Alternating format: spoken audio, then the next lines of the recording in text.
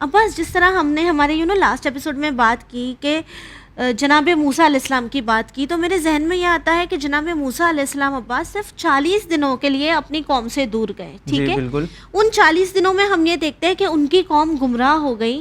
آج ہم یہ سوچنے پہ مجبور ہیں کہ اگر آج کے دور پہ ہم نظر ڈالیں تو ہمارے وقت کے امام کئی 100 سال سے ہم سے دور ہیں. جی غالباً 1100 سال ہو گئے. اب ہم ایک پوائنٹ یہاں پہ آپ نے نوٹس کیا کہ یہاں پہ 40 دن ہو گئے، ان لوگوں کو پتا تھا کہ جناب موسیٰ واپس آنے والے ہیں، لیکن آج ہمیں پتہ نہیں ہے کہ ہمارے امام کب واپس آئیں گے. اور جب ہم جو نمازوں کے بعد اللہ جل کہتے ہیں، اور وہی لوگ جو اللہ جل اندر کہہ رہے ہیں مسجد کے اندر اور مسجد کے باہر نکل رہے تو وہی گالی گلوچ کرنا شروع، تو کیا اس چیز کا فائدہ کیا ہوا؟ مجھے آپ بتائیے. وہی بات ہے نا، بس میں وہی کہنا چاہ رہی ہوں کہ آج ہم بھی تو گمراہی ہے نا، ہم بھی گمراہی کے راستے پر جا رہے ہیں. اگر ہم ہمارے وقت کے امام کی بات کریں، اس میں حکمت الہی کو تلاش کرنے کی بات کریں، تو ہمیں یہ سمجھ میں آتا ہے کہ آج کے دور میں ہمارے وقت کے امام کو لے کر کئی سارے نظریے ہو چکے ہیں. کئی لوگ ہیں جن کو آپ کے ظہور پر شک ہونے لگا ہے. کئی لوگ سوچتے ہیں یہ کنسیپٹ صحیح ہے بھی یا نہیں، ایگزسٹنس پہ جو ہے انکار کی کس طرح سے یہ ایک شخص اتنے سال زندہ رہ سکتا ہے. اور یہاں پہ ایک چیز ہم لوگ یہاں پہ ایک دہرا رہے کہ جناب موسیٰ کے 40 دن کے کوہ طور پہ جانے کے بعد جس طرح سے بنی اسرائیل گمراہ ہو گئی تھی، the same thing that we are repeating it now currently, کہ امام زمان غیبت میں ہمیں لگتا ہے کہ وہ دیکھ نہیں رہے تو ہم بھی گمراہ ہوتے چلے جا رہے. تو آگے ہم پوچھنا چاہیں گے کہ اس کے پیچھے کی حکمت کیا ہے کہ 1100 سال ہو گئے امام کا اب بھی ظہور نہیں ہوا. احسن تم. میں شروع سے آپ کا جواب دینا چاہوں گا جہاں سے یہ بات شروع ہوئی تھی کہ حضرت موسیٰ 40 دن کے لیے گئے ہیں غیبت میں، اور لوگوں کو معلوم ہے کہ 40 دن کے بعد آ جائیں گے اور گمراہ ہو گئے. یہ نظریہ صحیح نہیں میں سمجھتا ہوں، اس لیے کہ عوام کو نہیں معلوم تھا کہ وہ 40 دن کے لیے جا رہے ہیں، اور نہ وہ 40 دن میں گمراہ ہوئے. جس وقت آپ اس پوری داستان کو پڑھیں گے تو ہوتا کچھ اس طرح سے ہے کہ ماہ ذیقعدہ کے شروع میں پروردگار حضرت موسیٰ سے کہتا ہے کہ آپ کو کوہ طور پر آنا ہے 30 دنوں کے لیے، صرف 30 دنوں کے لیے. حضرت موسیٰ کہتے ہیں کہ پروردگارہ جب میں نہیں رہوں گا اپنی قوم کے درمیان تو پھر میرا کوئی ایک نائب ہونا چاہیے کہ اگر دینی مسائل سوال ان کو کرنے ہوں تو کسی سے کریں. تو کیا ہوا ہے؟ قرآن کہتا ہے کہ حضرت موسیٰ نے اپنے بھائی ہارون کو اللہ کے اذن سے خلیفہ بنایا. کتنے دنوں کے لیے؟ قرآن کہہ رہا ہے وَوَعَدْنَا مُوسَىٰ 30 لَيْلَةً، 30 days. ہم نے موسیٰ سے وعدہ کیا تھا کہ ہم ان کو 30 دن کے لیے بلا رہے ہیں. ٹھیک، اس 30 دن کے لیے حضرت موسیٰ نے اپنا خلیفہ بنایا حضرت ہارون کو. جتنے دنوں کے لیے خلیفہ بنایا تھا یعنی 30 دن، حضرت موسیٰ وہاں پہنچ گئے، حضرت ہارون یہاں ہیں. آپ کو کوئی تاریخ ایسی نہیں بتائے گی کہ جو گمراہی ہے وہ 30 دن میں ہوئی ہو. اچھا، عوام جو گمراہ ہوئی ہے وہ 30 دن میں نہیں ہوئی، چونکہ حضرت موسیٰ کہہ کر گئے تھے کہ 30 دن کے لیے جا رہا ہوں. ان 30 دن میں چونکہ ان کا نائب موجود تھا کوئی گمراہ نہیں ہوا. ہوا کیا؟ وَأَتْمَمْنَاهَا بِعَشْرٍ. اللہ کہتا ہے کہ جب ہم نے 30 دن کے لیے بلایا پھر اس میں ہم نے 10 روز اضافہ کر دیے. یہ 10 روز کون سے ہیں؟ ماہ ذی الحجہ کی پہلی سے لے کر 10ویں ذی الحجہ. اسی لیے مغرب اور عشاء کے بیچ میں ہم وہ 2 رکعت نماز پڑھتے ہیں، اس میں اس آیت کو ذکر کرتے ہیں سورہ اعراف کی، کہ وہ پورا ایک ماحول بن جاتا ہے اور وہ باتیں یاد آتی ہیں. یہ جو 10 دن ہیں یہ نگاہ پروردگار جس میں وہ گمراہ ہو رہے ہیں. میں نے کہا نا 30 دن میں گمراہ نہیں ہوئے، یہ لاسٹ کے 10 دنوں میں ہوئے. کیونکہ حضرت موسیٰ کہہ کے گیا تھا کہ میں 30 دن میں آ جاؤں گا، اور نہیں آئے. سامری کہ جو پہلے سے ہی حضرت موسیٰ پر شک کرتا تھا، جس کو نہ اللہ پہ ایمان تھا، نہ رسالت پر ایمان تھا، نہ نبوت پر ایمان تھا، نہ غیب پر ایمان تھا، وہ صرف ایمان لایا تھا منافقت کی بنیاد پر. یعنی اس کے دل میں کبھی موسیٰ کی نبوت نہیں تھی. جب اس نے دیکھا کہ 30 دن کے بعد موسیٰ نہیں آئے تو اس نے موقع غنیمت جانا کہ اپنے اس کفر کو ظاہر کر دے، اپنے اس نفاق کو ظاہر کرے. اس نے لوگوں کو بہکانا شروع کیا کہ اگر موسیٰ سچے ہوتے، موسیٰ کا خدا سچا ہوتا تو یہ 31ویں دن آ جاتے. نہیں آئے ہیں، معاذ اللہ موسیٰ فرار کر چکے ہیں، ان کا دین بھی جھوٹا تھا، خدا نخواستہ ان کا اللہ بھی جھوٹا ہے معاذ اللہ، اور موسیٰ بھی جھوٹے ہیں. یہ جو اس نے ایک بحث کی لوگوں کے سامنے، یہ جو ایک تقریر کی ہے، اس تقریر کا اثر یہ ہوا کہ سارے لوگوں کو لگنے لگا کہ ہاں بات تو یہ صحیح کہہ رہا ہے کہ موسیٰ وعدہ کر کے گئے تھے 30 دن کا اور اب تک نہیں آئے ہیں. تو اب یہاں پر 2 چیزیں سمجھنا ہوں گی. ایک تو یہ کہ جیسا ہم لوگوں نے ابھی اس سے پہلے بھی ذکر کیا کہ جو کچھ ہونے والا ہے وہ اللہ کے علم میں ہے. تو جب اللہ کو یہ معلوم تھا کہ موسیٰ کو 40 دن میں ہی پورا کام ہوگا ان کے ساتھ، 30 دن میں نہیں ہو سکتا، تو شروعات میں ہی 40 دن کا اعلان کیوں نہیں کر دیا؟ اور اگر 40 دن کا اعلان نہیں ہو سکتا تھا تو جو باتیں اللہ نے اس 10 دنوں میں ان سے کی ہیں وہ باتیں 30 دن میں کر لیتا اللہ، اور بات 30 دن میں تمام ہوتی. 31ویں دن موسیٰ آ جاتے یہاں اور کوئی نہیں بہکتا، کوئی مسئلہ نہیں ہوتا. یہ ساری بھی باتیں سمجھ میں آنے والی ہیں نا. یا تو 30 دن کے لیے ہی بلاتے، اور یا پھر 40 دن کا اعلان کرتے. پھر اللہ نے ایسا کیوں کیا؟ اور اگر کیا تو پھر وہ ان راتوں کو پاکیزہ کیوں کہہ رہا ہے کہ جن راتوں میں اس کی توحید کا انکار کیا جا رہا ہے, جن راتوں میں ایک رسول کی رسالت کا انکار کیا جا رہا ہے, نبی کی نبوت کا انکار کیا جا رہا ہے, جس میں لوگ گمراہ ہو رہے ہیں, اللہ انہیں پاکیزہ کہہ رہا ہے. پاکیزہ کہہ رہا ہے, اس کی دلیل کیا ہے؟ سورہ فجر میں اللہ ان راتوں کی قسم کھا رہا ہے. اللہ بیہودہ چیزوں کی تو قسمیں نہیں کھائے گا. وہ کہتا ہے بسم اللہ الرحمن الرحیم والفجر ولیال عشر, صبح کی قسم اور 10 پاکیزہ راتوں کی قسم. جب آپ تفسیر میں تلاشیں گے کہ یہ کون سی 10 راتیں ہیں, تو یہ وہی 10 راتیں ہیں جو حضرت موسیٰ کے لیے اضافہ کی گئی ہیں. اللہ ان کو بابرکت کہہ رہا ہے. حالانکہ یہاں ہم دیکھ رہے ہیں کہ ان راتوں میں کیا ہو رہا ہے, ایک عجیب و غریب ماحول ہے. اللہ بہک چکے ہیں, اللہ کا انکار کر رہے ہیں. یہ کیا ہے؟ تو اس کا ایک جواب یہ ہے کہ اللہ یہ دکھانا چاہتا تھا, اللہ یہ بتانا چاہتا تھا کہ جب تک ہادی تمہارے سامنے ہے, جب تک ایک رہبر تمہارے سامنے ہے, تو تمہارے اندر کتنا نفاق پوشیدہ ہے یہ معلوم نہیں ہو سکتا. معلوم تب ہوگا کہ جب اس ہادی کو, اس رہبر کو تمہاری نگاہوں کے سامنے سے ہٹایا جائے, پھر یہ معلوم ہوگا کہ قوم کے اندر ہارون کون ہے اور قوم کے اندر سامری کون ہے. بے شک اگر ہارون ہوگا تو چاہے اب یہ جو گمراہ ہوئے افراد, ہارون کیوں نہیں گمراہ ہوئے؟ ہارون کو تو معاذ اللہ سب سے پہلے گمراہ ہونا چاہیے تھا کہ موسیٰ مجھے 30 دن کے لیے بنا کے کہتے خلیفہ اور آئے نہیں ابھی تک. یعنی سب سے پہلا اعتراض تو حضرت ہارون کو کرنا چاہیے اللہ پر, لیکن ہارون نے نہ اللہ کا انکار کیا ہے, نہ حضرت موسیٰ کا انکار کیا, نہ دین کا انکار کیا. دوسری طرف ایک سامری ہے کہ جو موقع کی تلاش میں ہے, خود گمراہ ہے, اس نے اتنے لوگوں کو گمراہ کر دیا. اللہ کہہ رہا ہے یہ پاکیزہ راتیں اس لیے ہیں کیونکہ اس کے ذریعے سے بنی اسرائیل کے ایمان کا امتحان ہوا. اللہ کو تو معلوم ہے کہ ان کے دلوں میں کیا ہے, ان کو ہی ہم نے آئینہ دکھا دیا کہ تمہاری حقیقت کیا ہے. وہ کہتا ہے کہ تبارک الذی بیدہ الملک وہو علی کل شیء قدیر الذی خلق الموت والحیات لیبلوکم. اس نے حیات و موت کو پیدا کیا ہے تاکہ وہ تمہیں آزمائے, تمہارا امتحان لے, تمہیں بلا میں ڈالے, اور یہ پہچانے کہ تم میں بہتر عمل کرنے والا کون ہے. کیا اللہ کو معلوم نہیں ہے کون بہتر عمل کرنے والا ہے؟ تو یہ ہمارے لیے بھی امتحان ہے کہ ہمارے وقت کے امام ہمارے ساتھ نہیں ہیں. بے شک.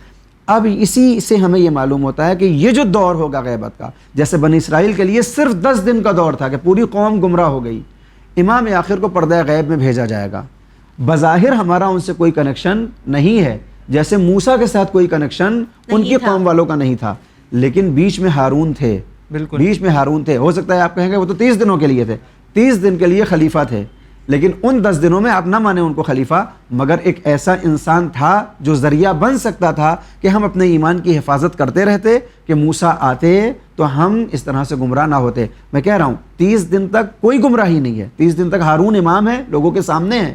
ان 10 دنوں میں کہ جہاں پر لوگ بہک رہے ہیں, حالانکہ ہارون اس میں خلیفہ نہیں ہے, اس میں جانشین نہیں ہے حضرت موسیٰ کے, لیکن اگر چاہتے کہ جیسے سامری کی باتوں سے امپریس ہوئے, حضرت ہارون سے بھی تو مکالمہ کر سکتے تھے, ان سے بھی تو پوچھ سکتے تھے, ان سے بھی تو باتیں کر سکتے تھے. نہیں کیا لوگوں نے. کیوں؟ کیونکہ ان کے ایمان میں ضعف تھا, ان کے یہاں ایمان نہیں پایا جاتا تھا. وہ مصلحت کے تحت موسیٰ کو مانتے تھے, وہ اپنے مفاد کے لیے موسیٰ کو مانتے تھے, اور جیسے ہی دیکھا کہ صاحب وہ مفاد ہاتھ سے نکل رہے ہیں, فوراً رنگ دکھانا شروع کر دیا. آج کے دور میں جیسا آپ نے کہا کہ 1300 تقریباً 1100 کچھ برس ہو چکے ہیں امام غیبت میں ہیں. بظاہر امام ہمارے سامنے نہیں ہیں, جیسے موسیٰ اس دور میں بنی اسرائیل کے سامنے نہیں تھے, لیکن کچھ ایسے افراد تو ہیں کہ جن کے ذریعے ہم اپنے امام کے اوپر ایمان کو برقرار رکھ سکتے ہیں, جن سے ہم بات کر کے, جن کی باتوں پر عمل کر کے ہم اپنے امام کے اوپر ایمان قائم رکھ سکتے ہیں. وہ کون افراد ہیں؟ غیبت صغریٰ میں وہ نواب اربعہ تھے. اس زمانے میں بھی معصوم دکھائی نہیں دیتا تھا, امام کسی کو ملتے نہیں تھے, مگر وہ ذریعہ بنتے تھے اور لوگوں کا ایمان محفوظ تھا. غیبت کبریٰ میں وہی ذمہ داری جو نبوت, جو نائب خاص تھے وہاں پر 4, یہ ذمہ داری مراجع کرام کے پاس ہے. یہ ذمہ داری ہمارے ان علماء کے پاس ہے کہ جو ہمارے سامنے دین پیش کرتے ہیں, جو اللہ کی حکمت پیش کرتے ہیں. لہٰذا اس دور میں کہ جب امام نہیں ہیں, ابھی 1100 برس گزرے ہیں, خدا کرے کہ اسی ہفتے امام کا ظہور ہو جائے, خدا کرے کہ ابھی ظہور ہو جائے, لیکن کب ہونے والا ہے ہمیں معلوم نہیں ہے. اس عرصے میں ہمارا امتحان ہوگا کہ ہم کسی مرجع وقت, کسی عالم, قرآن کریم, اہل بیت کی سیرت اور ان کی زندگی کو رول ماڈل بناتے ہوئے اللہ کی مشیت کے اوپر رضایت کریں اور اپنے امام کے اوپر ایمان باقی رکھیں, یا پھر گمراہ کرنے والوں کی, الزام لگانے والوں کی, یا جو بے بہرہ افراد ہیں, جو بے ایمان افراد ہیں, ان کی باتوں سے امپریس ہوں اور امام کی غیبت کا انکار کر دیں, اللہ کا انکار کر دیں. یہ ہمارا اختیار ہے, یہ امتحان ہے ہمارا, یہ امتحان ہے. امام زمان کی غیبت اس دور کے لوگوں کے لیے امتحان ہے. اور دوسری بات جو میں کرنا چاہوں گا کہ یہ غیبت سب کے لیے تو نہیں ہے. امام سب کے لیے غائب نہیں ہے. امام الانس والجنہ ہوتا ہے, امام انسانوں کا بھی امام ہوتا ہے، جنوں کا بھی امام ہوتا ہے. انسانوں کے لیے شاید غائب ہیں، اجنہ کے لیے غائب نہ ہوں. شاید ہمارے آپ سب کے لیے امام غائب ہوں، مگر اسی دنیا میں بہت سے ایسے لوگ ہوں جو اپنے کردار سے، اپنے عمل سے امام کی خدمت میں حاضر ہوتے ہوں، اور ہوتے ہوں نہیں، حاضر ہوتے ہیں. حالانکہ دعویٰ کرنا غلط ہے، کوئی دعویٰ نہیں کر سکتا. ان کے دنیا سے جانے کے بعد کتنی داستانیں ملتی ہیں کہ امام آئے، انہوں نے معاملات کو حل کیا، انہوں نے چیزوں کو دیکھا. ہم اس مقام پر پہنچے تو صحیح کہ امام اپنے اس نورانی چہرے کا ہم کو دیدار کرائیں. اسی لیے میں اکثر کہتا ہوں کہ بعض وقت ہمیں یہ دعا کرنا چاہیے کہ پروردگارا، اگر کسی وجہ سے اپنے زمانے کے امام کا ظہور اجتماعی ممکن نہیں ہے، ابھی وہ ویسے پردہ اٹھا کر نہیں آ سکتے ہیں، تو کم از کم ظہور فردی ہمارے لیے ہو جائے. یعنی مجھے اس لائق بنا دے کہ میں اپنی امام کی خدمت میں جا سکوں، امام سے میرا ایک تعلق ہو سکے. یہ ہم سب کی ذمہ داری ہے کہ ہمارا ایک تعلق امام سے ہونا چاہیے. وہ جو حدیث ہے نا، من مات ولم یعرف امام زمانہ ہی مات میتۃ جاہلیہ، جو اپنے زمانے کے امام کو پہچانے بغیر مر جائے وہ جہالت کی موت مرتا ہے. وہاں پہچاننے کا مطلب یہ نہیں ہے کہ ہمیں ان کا نام پتہ ہو، ان کے والد کا نام پتہ ہو، ان کی عمر پتہ ہو. معرفت کا مطلب آپ کا ایک کنیکشن آپ کے امام کے ساتھ ہو. وہ کنیکشن کبھی دعاؤں کے ذریعے ہوگا، کبھی قرآن کریم کے ذریعے ہوگا، کبھی عبادت کے ذریعے ہوگا، کبھی ایثار اور قربانی کے ذریعے ہوگا.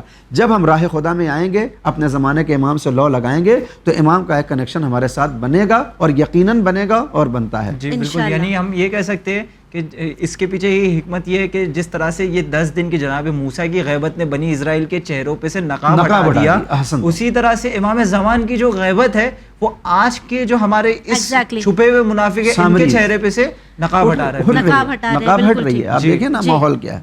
بالکل ٹھیک. ماحول دیکھ کے سمجھ میں بھی آ رہا ہے. اور وہیں مولوی صاحب یہ بات بھی سامنے آتی ہے کہ جس طرح ہم ڈسکشن کر رہے ہیں جناب موسیٰ کے حوالے سے ہم نے بات کی، تو ہم دیکھتے ہیں کہ قرآن مجید میں ہم اللہ کی حکمت کی بات کرتے ہیں. ٹھیک ہے، اللہ اپنے حکمت کی باتوں کی گواہی دیتا ہے. اسی قرآن مجید میں پروردگار عالم جناب لقمان کی حکمت کی بھی گواہی دیتا ہے. تو حکمت لقمان اور حکمت الہی میں کس طرح کا فرق ملتا ہے؟ حسن، تو بہت خوبصورت سوال ہے یہ. پہلے تو ہمیں خود اس لفظ حکمت پہ بات کرنا چاہیے کہ حکمت کیا ہے. اللہ کی طرف سے جو عہدے دیے جاتے ہیں اپنے خاص بندوں کو، اس میں ایک نبوت اور رسالت ہے، اور دوسرا حکمت ہے. پیغمبر اسلام کے لیے قرآن جگہ جگہ کہا ہے. مثال کے طور پر سورہ جمعہ کی دوسری آیت میں کہا ہے کہ ہم نے اس پیغمبر کو اس لیے بھیجا ہے تاکہ یہ تزکیہ نفس کرے، یہ قرآن کی تلاوت کرے. ہم نے اس کو کتاب اور حکمت کی تعلیم دی ہے. یہ جو حکمت ہے جو بار بار قرآن میں آ رہی ہے، ہم کو اس کو سمجھنا ہوگا کہ کیا ہے حکمت. میں نے کسی ایپیسوڈ میں آپ کے سامنے بیان کیا تھا کہ کاموں کو کسی مقصد کے تحت انجام دینا حکمت کہلاتا ہے. یہ کام کیوں انجام دیے جاتے ہیں؟ تاکہ انسان اپنے اس ایم تک پہنچ جائے، اس مقصد تک پہنچ جائے، اس ہدف تک پہنچ جائے جس کے لیے اسے بھیجا گیا ہے. مثال کے طور پر ہے کہ انسان جس کا دنیا میں ہدف یہ ہے کہ وہ اپنے پروردگار تک پہنچے، اس کا مطلب یہ نہیں کہ اللہ کو دیکھنے لگے، یعنی اللہ سے قریب ہو جائے. ہر وہ کام کہ جو مجھے میرے اللہ سے قریب کر دے گا، ہر وہ کام جو مجھے میرے اللہ سے قریب کرے گا، وہ کام کہلائے گا حکیمانہ. بے شک. اور جو کام مجھے اللہ سے دور کر دے گا وہ کام کہلائے گا عبث اور بیہودہ. یہ انسانوں کے معاملات میں حکمت کا معنی ہے کہ ہر وہ عمل جو ہمیں ہمارے مقصد تک پہنچاتا ہے وہ حکیمانہ عمل ہے، جو نہیں پہنچاتا ہے وہ بیہودہ عمل ہے. اللہ کے لیے اللہ کا کوئی مقصد تو نہیں ہے، ہمارا مقصد ہے اللہ تک پہنچنا ہے. اللہ کا مقصد کیا ہے؟ خدا نخواستہ وہ اور کامل ہونا چاہتا ہے، وہ کہیں کمال پر پہنچنا چاہتا ہے. اس کی حکمت کا معاملہ کیا ہے؟ میں نے جیسا ذکر کیا تھا کہ اللہ کا خوش ہونا اور ہمارا خوش ہونا اور ہے، فرق ہے. ہمارا ناراض ہونا اور اللہ کا ناراض ہونا اور ہے. اسی طرح سے اللہ کی حکمت میں اور لقمان کی حکمت میں فرق ہے. اللہ کی حکمت میں اور انسانوں کی حکمت میں فرق ہے. انسان کا حکمت کا معاملہ یہ ہوتا ہے کہ وہ اپنے کو کمال تک پہنچانا چاہتا ہے، اپنے کو سعادت مند بنانا چاہتا ہے. اللہ کی حکمت کا مطلب یہ ہوتا ہے کہ اس کی مخلوق کمال تک پہنچے ایسے راستوں کو فراہم کر دے. دیکھیں آپ فرق محسوس کریں. میری حکمت کا تقاضا یہ ہے کہ میں ہر وہ عمل کروں کہ اپنے آپ کو کمال تک پہنچا دوں، سعادت مند ہو جاؤں، اللہ تک پہنچ جاؤں. لیکن اللہ کی حکمت کا مطلب یہ نہیں ہے کہ وہ کمال تک پہنچ جائے، وہ سعادت مند ہو جائے، وہ کسی اور کہیں اور پہنچ جائے. نہیں، اس کی حکمت کا تقاضا یہ ہے کہ وہ میرے لیے ایسے راستے ہموار کر دے کہ میں اس تک پہنچ جاؤں، میں اس تک پہنچ جاؤں. یعنی ہم کہتے ہیں کہ آپ اللہ کی طرف جب ایک قدم بڑھاتے ہو تو اللہ میں یہی کہنے والا تھا، سامنے 10 قدم، میں بھی یہی کہنے والا تھا کہ وہ کہتا ہے کہ تم میری طرف ایک قدم بڑھا کر آؤ گے، میں 10 قدم بڑھ کر آؤں گا، کیونکہ میں خود چاہتا ہوں کہ تم کمال تک پہنچو. میں نے تمہیں دنیا میں بھیجا ہے، اپنا خلیفہ بنایا ہے، اپنا جانشین بنایا ہے. آدم کو صرف خلیفہ نہیں بنایا، انسان کو خلیفہ بنایا اس نے، وہ چاہتا ہے یہ. تو اب حضرت لقمان کی حکمت کا معاملہ یہ ہے کہ اللہ نے ان کو حکمت سے نوازا، لیکن صرف لقمان کو نہیں، ہمارے پیغمبر بھی حکیم ہیں.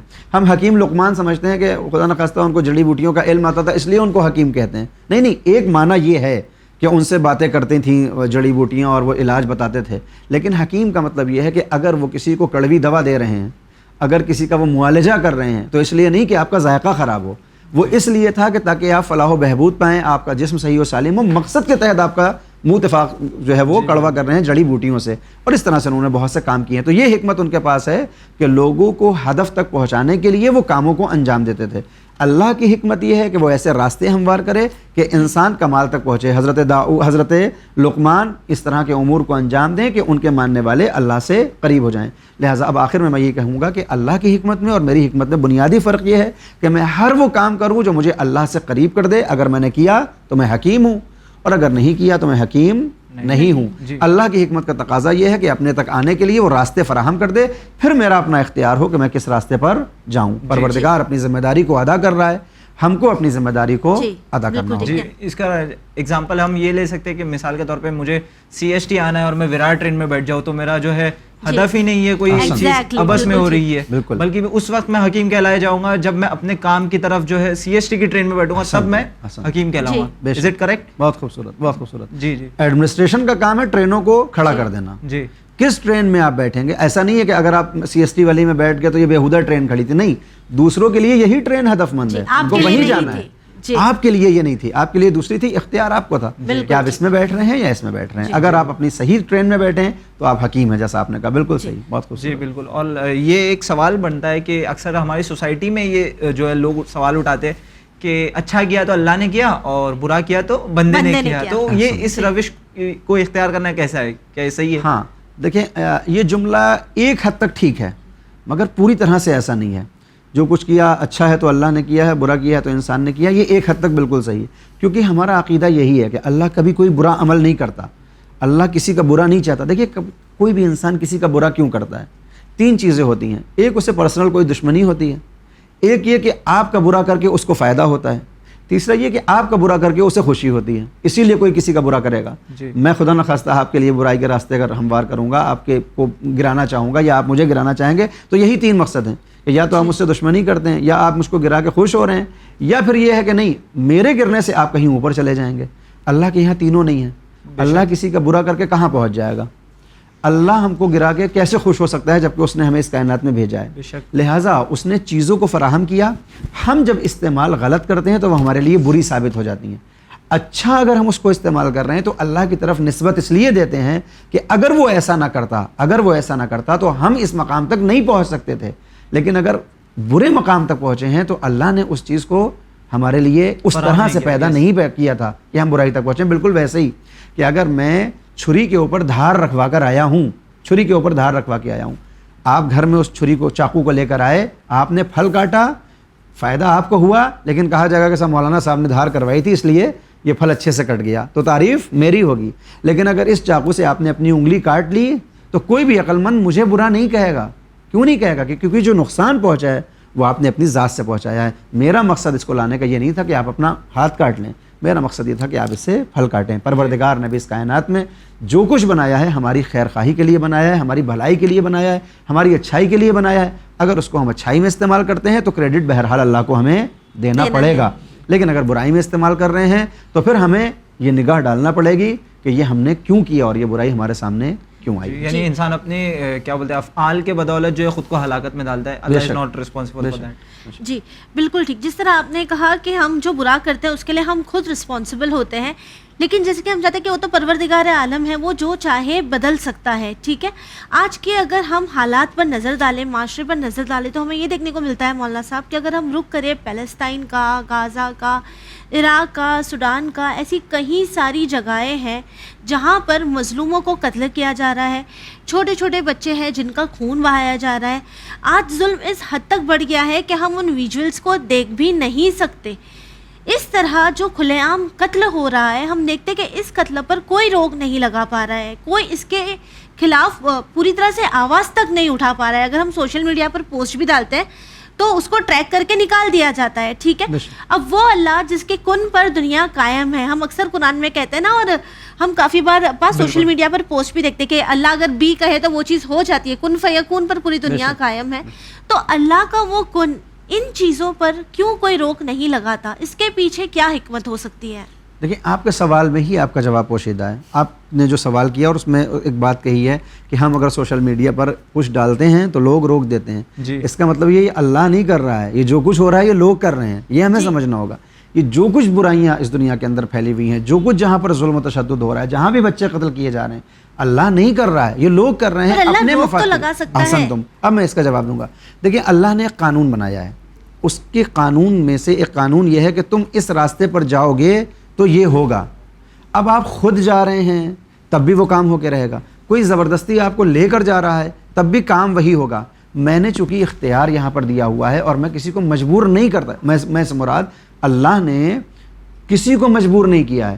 کسی کو اگر وہ اس طرح سے اگر ہونے لگے کہ اللہ جو ہے وہ کن سے فیکون کرے تو اس نے پوری کائنات کو ایماندار بنایا ہوتا, اس پوری کائنات میں کوئی کفر کرنے والا نہ ہوتا, اس پوری کائنات میں کوئی گناہ کرنے والا نہ ہوتا, اس دنیا میں کوئی خرابی نہ ہوتی, اس دنیا میں کوئی برائی نہ ہوتی. نہیں, اس نے اسٹیپ بائی اسٹیپ بنا رکھا ہے. وہ دنیا جہاں کوئی خرابی نہ ہو, جہاں کوئی برائی نہ ہو, جہاں کوئی ظلم نہ ہو, جہاں کوئی تشدد نہ ہو, جہاں کوئی بچہ نہ مارا جائے, جہاں کسی کے اوپر ظلم نہ ہو, ایک دنیا اس نے بنا رکھی ہے, اسے جنت کہا جاتا ہے. لیکن اس دنیا کو اس نے بنایا ہے اختیار دے کر. یہ راستے ہیں, یہ حالات ہیں, یہ افعال ہیں, یہ ذمہ داریاں ہیں اور یہ نتیجہ ہے. تم خود ذمہ دار ہو کہ تم کیسی دنیا بنا رہے ہو اپنے لیے, تاکہ جب پلٹ کر آؤ گے تو وہاں پر ہم جو تمہیں دنیا دیں گے وہاں پر صرف اور صرف آرام ہوگا. اگر فلسطین میں بچے مارے جا رہے ہیں, اللہ ذمہ دار نہیں ہے, لوگ ان کو قتل کر رہے ہیں.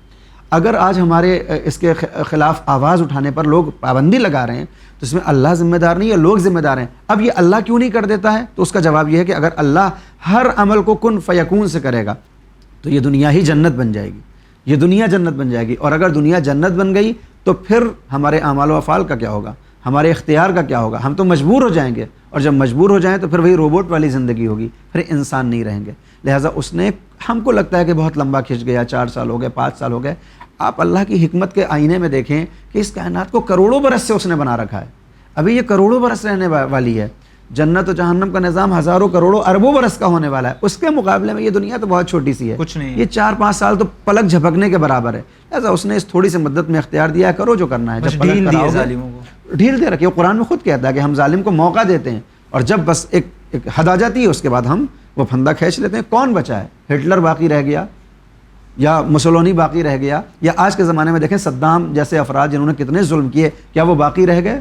نہیں. ایک حد ہوتی ہے, ایک ٹائم ہوتا ہے. ابھی ان کا ٹائم چل رہا ہے, وہ کر رہے ہیں. انشاءاللہ جب حد آگے بڑھ جائے گی تو پھر پروردگار کی طرف سے وہ جو کن ہے وہ انشاءاللہ ہو کے رہے گا. اسی لیے ہم سے کہا جاتا ہے کہ ہم دعا بھی کریں اور کوشش بھی کریں, اور مظلوموں کے ساتھ اپنی حمایت کا اعلان بھی کریں. جی بہت بہت شکریہ آغا, جو ہے آپ نے اس کمپلیکیٹڈ ٹاپک کو بڑے آسان انداز میں ایکسپلین کیا. ویورز, آخر میں بس آپ سے یہی کہنا چاہیں گے کہ ہر چیز کو حکمت الہی کہنا بہت آسان ہے, لیکن اپنے کیے میں حکمت کو ڈھونڈنا بہت ہی زیادہ مشکل ہے. اس بات کو یاد رکھیں کہ پروردگار عالم نے ہمیں اشرف المخلوقات بنایا, اسی وجہ سے بنایا کہ اس نے ہمیں اختیار دیا کہ ہم چیزوں کے بیچ میں صحیح غلط کا فرق سمجھ سکیں. اب اگر ہم غلط کر ہمارے ساتھ غلط ہو جائے تو اسے حکمت الہی کہیں, تو یہاں پروردگار عالم غلط نہیں, ہماری سوچ غلط ہے. ہر چیز کو حکمت الہی کہنے کے بجائے ضرورت ہے ہمیں ٹھہرنے کی, اپنی زندگی پر نگاہ ڈالنے کی اور اپنی زندگی کو بہتر بنانے کی. اسی امید کے ساتھ ہمیں دیجیے اجازت, پر بنے رہیے چینل ون کے ساتھ پیغام انسانیت. شکریہ.